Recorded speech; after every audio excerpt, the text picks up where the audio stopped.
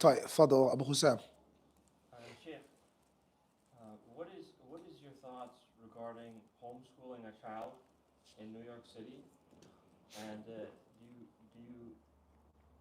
how would it affect your recommendation if one or both of the individual parents were capable and willing to do it? طيب بسم الله الرحمن الرحيم. My thoughts on homeschooling children in general, let alone here in New York City. Homeschooling provides many benefits, many pros. Islamic, religious, and secular as well. Many. And like anything else in life, there are pros and there are cons. So there are things that the child is not going to get, isn't going to be exposed to, choices that the child will not have to make just by being in that controlled, air-conditioned environment. Air conditioning comes with advantages and comes with disadvantages. If you stay in the air conditioning too long, what happens when you go outside? How long can you stay outside? How much tolerance and patience do you have outside of central air? But there's an advantage behind central air. So I think that it's a benefit, and I think in many, maybe most cases, it's best, especially for Muslim children.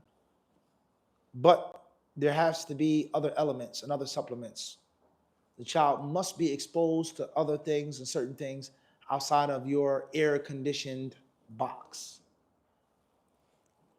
Also, another problem that we have, children that are homeschooled and then they go to college.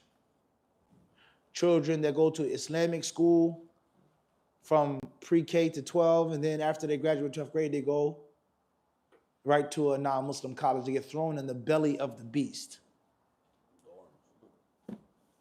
You guys get the point, Yani. So I think there has to be other things that are added and supplemented on the side for the necessary exposure and preparation for the world in which they live. But of course, there are many advantages of homeschool. One of those advantages is you being closer to your children. You see what's happening to your children, what's being fed and taught to your children.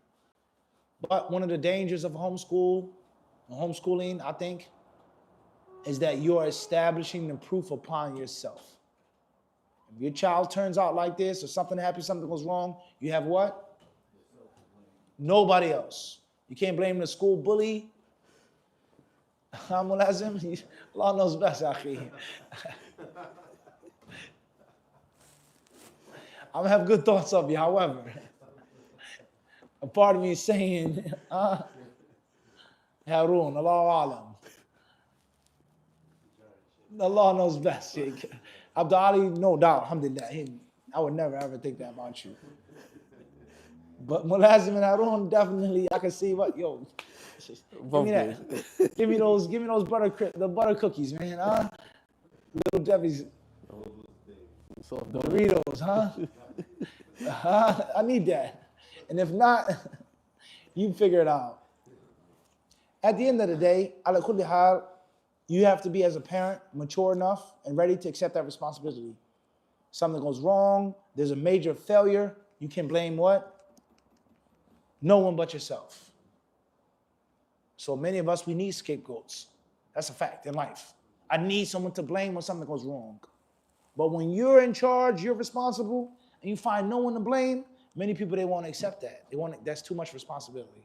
So if you're willing to do that, you're capable of that, and you can add the necessary external elements, going here, mixing with this, seeing this, driving, then why not? Then what? Then why not? Wallahu ta'ala alam. Wa yakum. Question from online? No, any other questions from here? Faddal. Could one make the argument that I guess what is like the main chair recommendation or like the big encouragement to free slaves? Can one use that to make an argument that the goal of Islam in general was to phase out slavery or make it as little as possible? Understood. with regards to the abolishing and the apostasy argument? Well, you have to fact check that premise. Is that factual? Does the Quran and Sunnah teach us that the goal is to eradicate slavery, period? Or the recommendation of freeing slaves, treating them kindly? There's a difference between the two. It may be a similarity, or you may think it's a resemblance, but does Islam prohibit that? Does it promote that? Or instances and circumstances in which you should, or you have to, but taking the whole system as a whole, Allah. that you have to fact check that, right? But in general, a large part of that argument is going to be sound. And of course, the greatest part of the argument is sound. Islam wants the humans to be slaves of Allah. However, the reality that every human being isn't going to submit and obey and follow. أَلَا يَعْلَمُ مَنْ خَلَقَ. He who creates, does he not know best? And there's some people who want to be abused and abusers. So that's a part of that discussion, right? The unfortunate reality. Wallahu alam. I.e., if we know that there's no way that the country can be rid of this vice, then at least minimize it, marginalize it, and make rules for it. But it's no way that the people are going to be able to stay with it. It's impossible. Did you get the point I'm trying to make? No. Wallahu alam. Sheikh, online question? Fadal. This brother Joe Noor from Denmark. What is your view on this whole UAP disclosure? Most Muslims in this field agree that the entities are indeed the jinn kind. With regards to jinn, UAP disclosure. I don't know what that is. That's first and foremost. The unidentified Aerial phenomena. The drones, No. UFOs, UFOs, basically. government stuff. UFOs. understood. What do I think about aliens? Basically, Martians. Tight. Well, first and foremost is, if we want to have an actual, real intellectual discussion, extraterrestrial being or entity that's traveling in a UFO, whether he's green or gray, big eye, whatever the case may be, to most people, I think it's safe enough to say they believe that these beings have intelligence. Intelligent life form. Correct or incorrect? Intelligent life. Is that they have a high level of intelligence, let alone higher than that of the people of this earth. Hence their travel, so on and so forth. No problem. Perfect. So if they have that intelligence, which is equal or higher than man, then that would mean they have the ability to do what? To obey or to disobey. So they would be slaves of Allah, we all agree on that, who have aql, intelligence, hence whims, desires. Are they like the angels, created from light, that don't disobey Allah? Or aren't they? Jinn have the ability to do what? Perfect, no doubt about that. So if you say that the UFO are jinn, end the discussion. But if a person says they aren't jinn, they're another life form. Allah says, I created not men and except to worship me. So affirming another type of intelligent life form other than angels, not man, not jinn, that means that they have rules and they have liability for their deeds. Where is that information found? The jinn and the ins. فَبِأَيِّ آلَاءِ رَبِّكُمَا تُكَذِّبَانِ. Speaking to how many species or races? Or two, jinn and mankind, that's it. So where's the third? So a person is either going to say A, they don't exist. B, they exist but they're jinn. C, they exist but they're not jinn. D, UFO or unidentified or this or that are different types of objects, ships, means and modes of transportation made, created by the government for whatever reason. But if you're going to talk about them existing, then they have to fall under one of those what? Categories. So the jinn are the UFO. Do jinn travel in ships? Do they have the need to travel in ships? You got to find the answers to that. What is space? What is outer space? Outer rim? Galaxies? That's a long discussion. Space travel. It's a very long discussion. Is everybody wrong or lying or hallucinating or mentally ill who saw things flying, floating, hovering? I don't think you can say everybody. Some people, yes. But not what? Not everyone.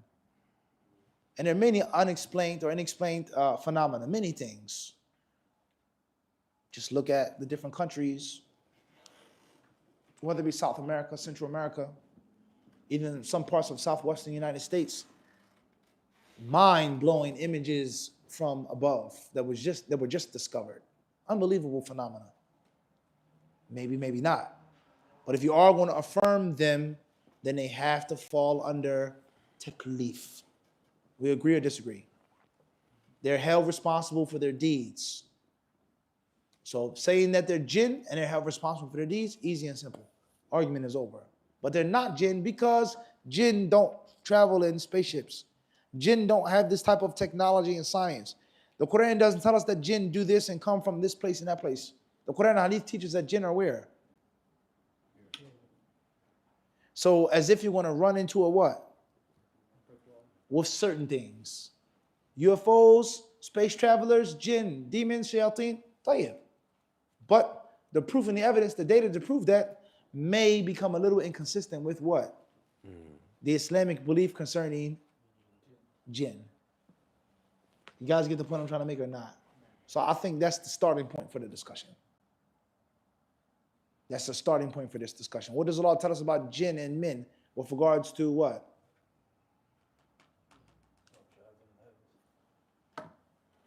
You won't pierce or penetrate illa bi Sultan. So that's a long discussion in itself.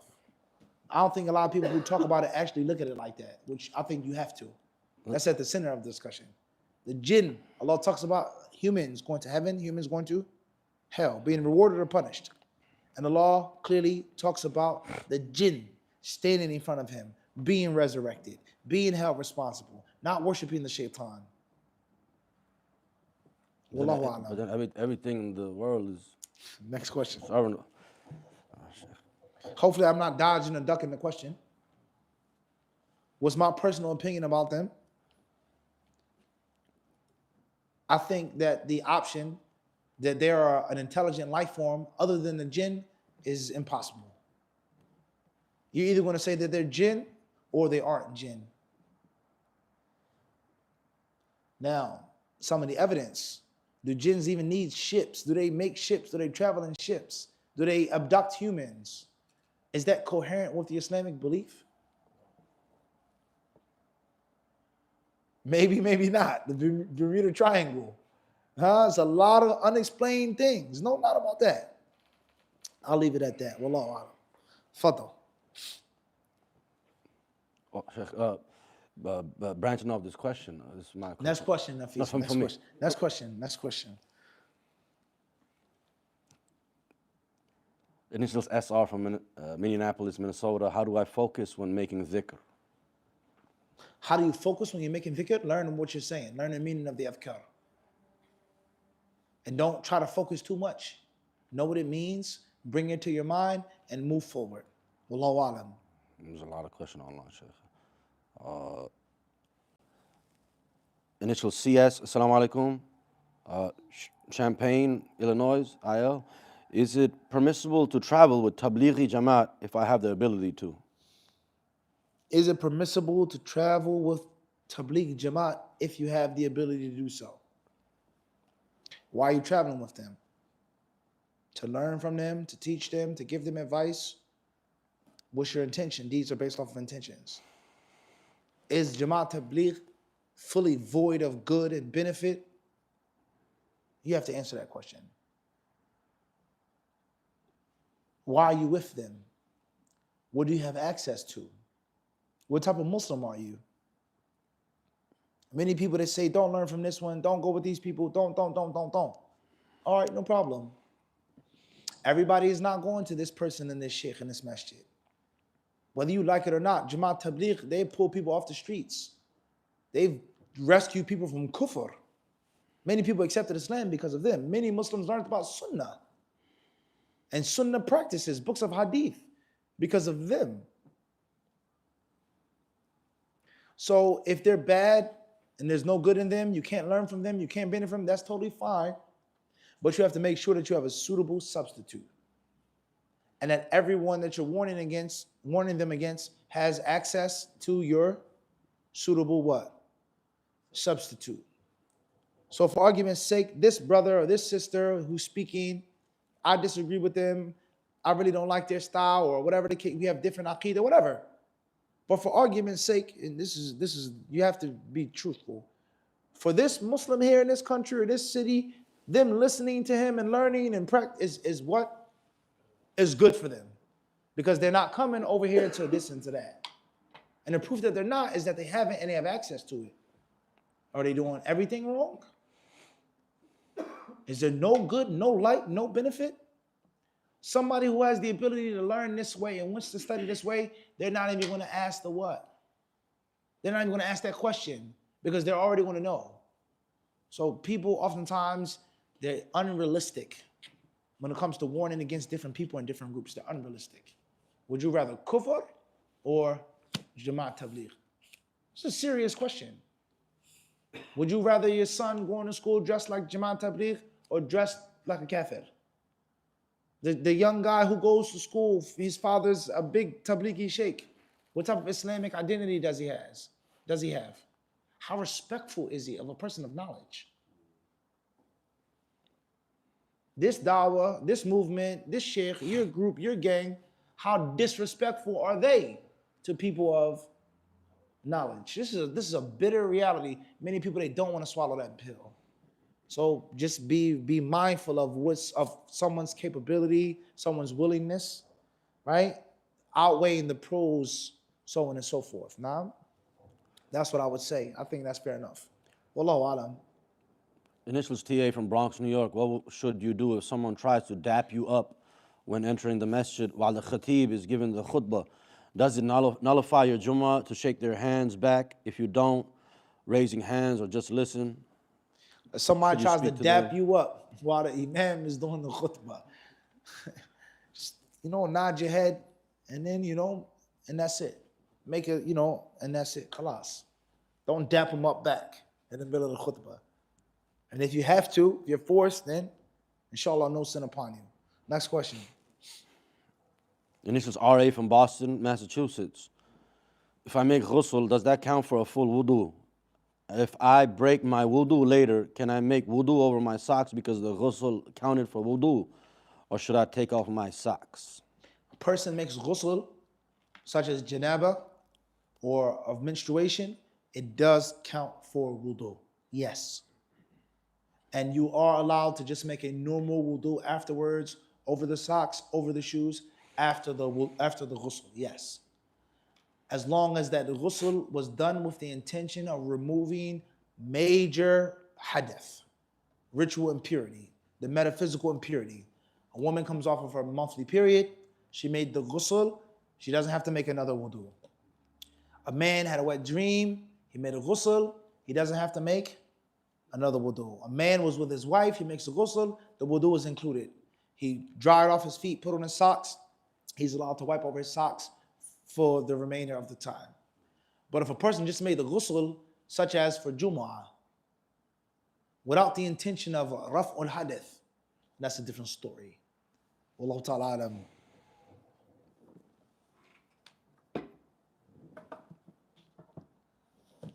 Initials SD from Queens, New York. Should a woman stay married to a man who does not pray consistently and at times not at all, but has good character?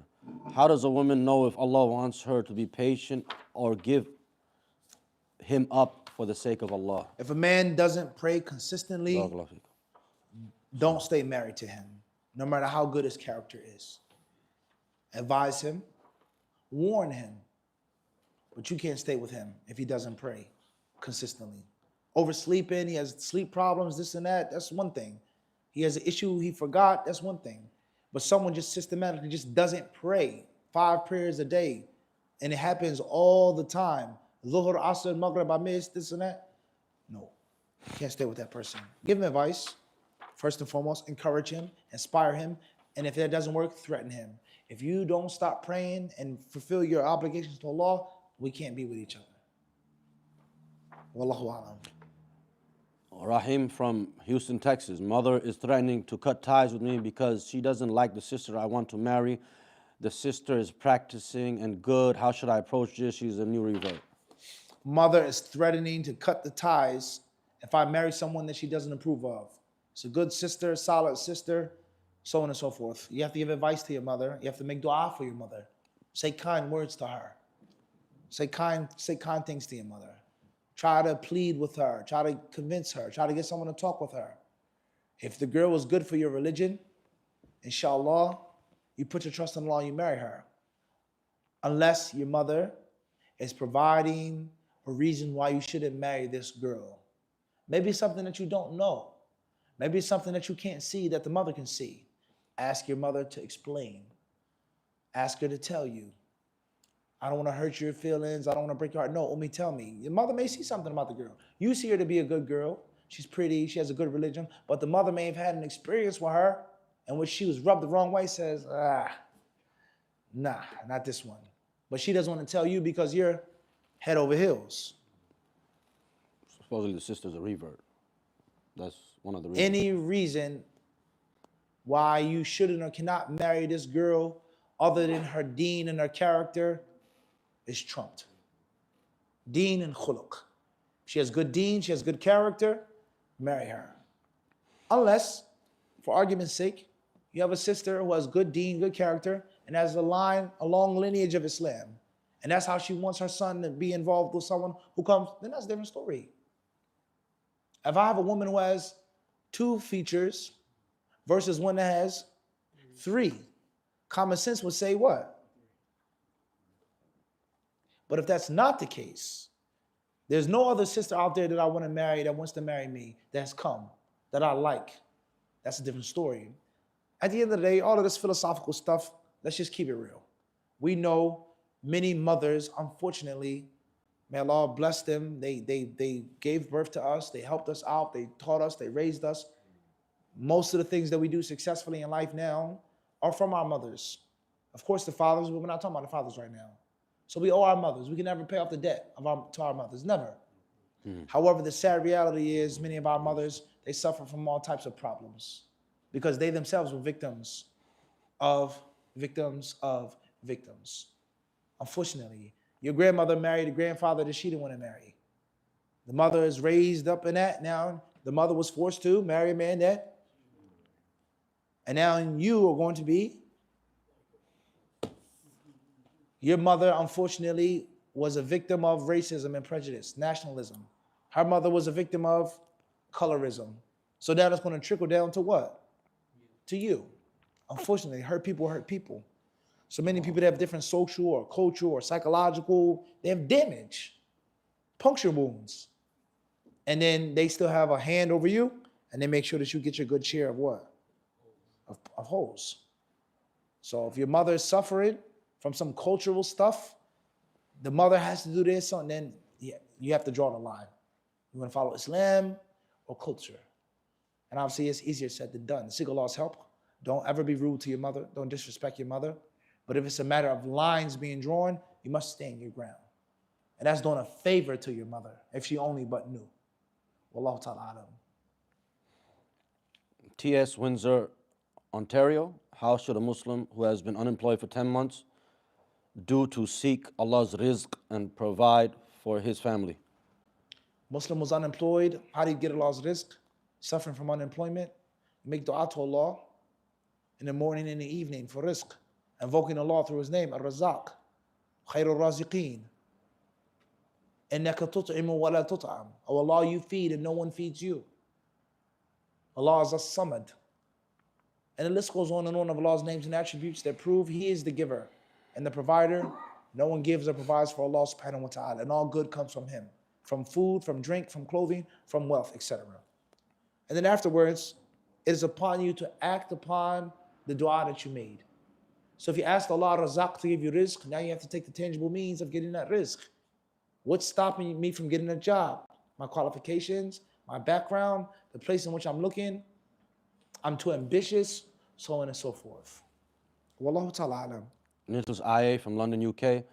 Assalamu alaikum wa rahmatullahi wa barakatuh. My Sheikh, what is the strongest opinion on shaving the head of a newborn girl, and which opinion do you follow? Safest thing to do is to shave the head of the baby girl. It's the safest thing to do. You avoid the khilaf. Those who say that a baby girl's head doesn't have to be shaved or shaven, they don't say that it's haram to shave it. But it says it's not mandatory. So therefore, if you shave it, you've cleared yourself.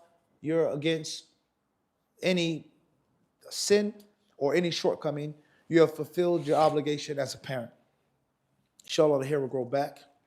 Like many cultures do shave the heads of a baby girl for health reasons, for the growth of the hair, so on and so forth. So just do it. Inshallah ta'ala. Just do it. My opinion is irrelevant. Sheikh, Next question.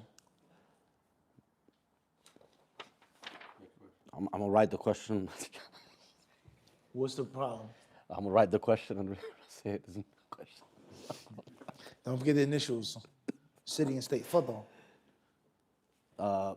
About the jinn, and we were talking about that. And No more jinn questions right now. It's about the multiverse or the other dimensions. Allah Alam. Question from online, Nafis. There's no more. Alhamdulillah. Wa sallallahu wa sallam wa barak ala abdihi wa rasulih nabina wa Muhammad. What's the question now? About the multiverse.